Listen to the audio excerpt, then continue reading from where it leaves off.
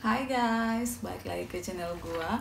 Nah, hari ini gua bakalan menjawab pertanyaan teman-teman soal cara membuat CV untuk WHV ya.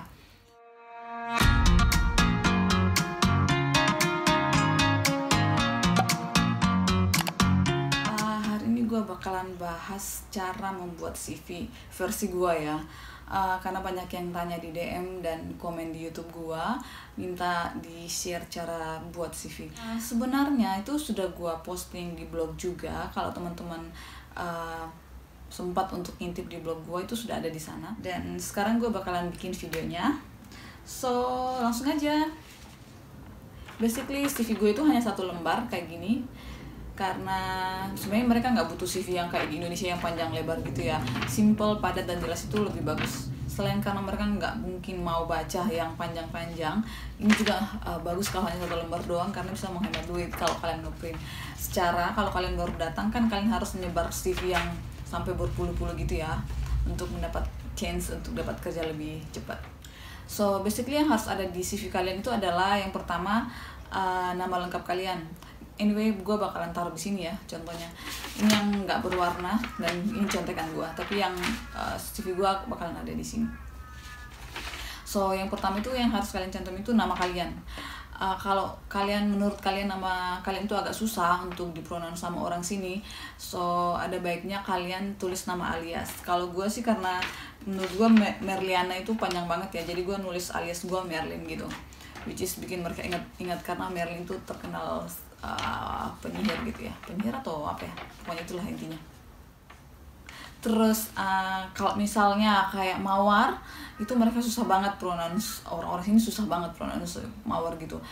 Karena gue punya teman kerja di mining dulu di Darwin, dan namanya itu Mawar, jadi dia ganti namanya jadi Rossi, which is Rose gitu kan, jadi gampang Rose atau Rossi gitulah. Pokoknya free lah kalau menurut kalian nama kalian agak susah, bikin nama yang singkat gitu yang gampang diingat sama orang-orang bule. Nah, setelah nama, kita menuju ke identitas. Nah, kalau identitas ini beda banget ya sama di Indonesia. Kalau di Indonesia kan kalian harus nulis agama, harus nulis umur dan foto dan banyak hal-hal yang sensitif gitu. Kalau di sini kalian nggak perlu nulis agama kalian apa, umur kalian berapa, itu hal sensitif. Jadi mereka nggak perlu tahu soal itu, dan ya mereka fine with that. So basically yang gue taruh di identitas gue itu yang paling penting itu nomor handphone Aussie ya, biar gampang ditelepon kalau misalnya mereka mau manggil buat interview. Lalu yang kedua itu alamat, biar mereka tahu alamat kalian ada di mana. Terus yang ketiga itu email. Jadi biasanya mereka nelpon atau lewat email ngasih taunya kalau kalian lulus ke tahap selanjutnya. Terus kalau di punya gua ini, gua menulis nationality gua juga Indonesia. Terus gua nulis visa apa. Jadi gua nulisnya residency status. Gua nulisnya karena gue WHV, jadi gue nulis WHV.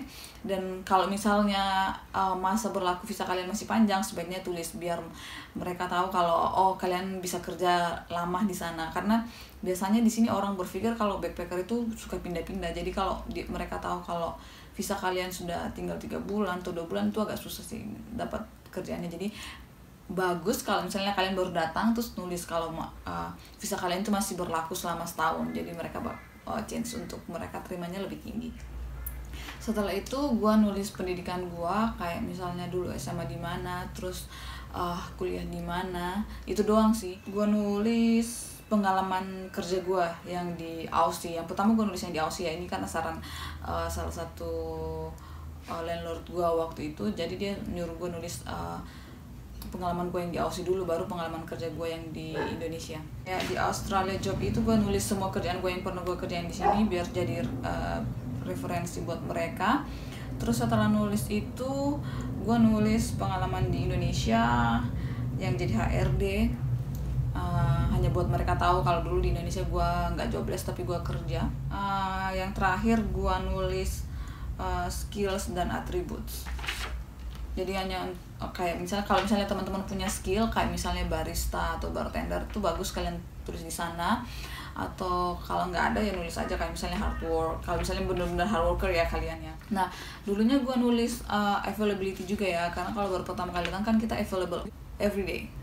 Kalau kalian nulis availability kalian setiap hari, chance untuk dapat kerjaannya lebih besar, karena kan it means kalian available all the time. Jadi employer kalian bisa naruh kalian di roster mana aja. Oke, itu aja yang bisa gue share hari ini. Semoga berguna buat teman-teman yang bakalan nyari kerja di sini, terutama buat teman-teman yang baru bakalan datang dan masih bingung gimana cara buat CV. Saran gue buat sesimpel mungkin dan sepadat dan sejelas mungkin. Oke, kalau masih kurang jelas, kalian bisa komen di bawah dan nanyain apa aja yang kalian pengen tanyain, dan gue bakalan jawab satu persatu. Oke, sekian dari gue. Jangan lupa subscribe dan like, and I'll see you next video. Bye. Nah, ini contoh lain dari bentuk CV yang anak WHV pakai. Ini teman gua namanya Hendra Lesmana. Hampir sama kayak punya gua, tapi dia lebih detail. Jadi di experience-nya itu dia nulis kerjaannya itu apa aja. Itu bagus karena worker kalian bisa tahu nanti pengalaman kalian seperti apa dan apa yang kalian kerjain di tempat yang lama. Dan bagusnya CV ini karena dia nulis referensi ya. Jadi gampang buat employer yang baru untuk nge-track apa kerjaannya dulu di kerjaan yang lama itu gimana. Nah, kan ada yang nanya tuh, perlu nggak sih nyantumin sertifikat? Nah, teman-teman, sertifikat yang kalian cantum itu yang berhubungan sama kerjaan kalian aja ya, nggak perlu yang macam-macam kayak kalau kita di Indo harus numpukin sebanyak-banyaknya sertifikat. Contohnya di sini dia hanya nyantumin RSA, which is penting banget untuk kita punya kalau mau kerja di restoran. Nah, kalau ini contoh CV dari temen yang baru datang di Australia.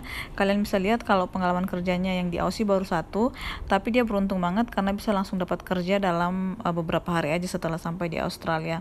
Kalian lihat paling bawah itu dia nulis availability-nya ya. Itu bagus karena kalau dia pengen ngelamar di tempat kerja yang lain, mereka bisa tahu dia available-nya kapan, jadi nggak perlu tabrakan sama kerjaan pertamanya dia. Ini salah satu CV yang kreatif. Kalau kalian pengen buat kayak gini juga nggak masalah. Mungkin aja kalian bisa dapat kerja lebih cepat karena eye catching gitu ya.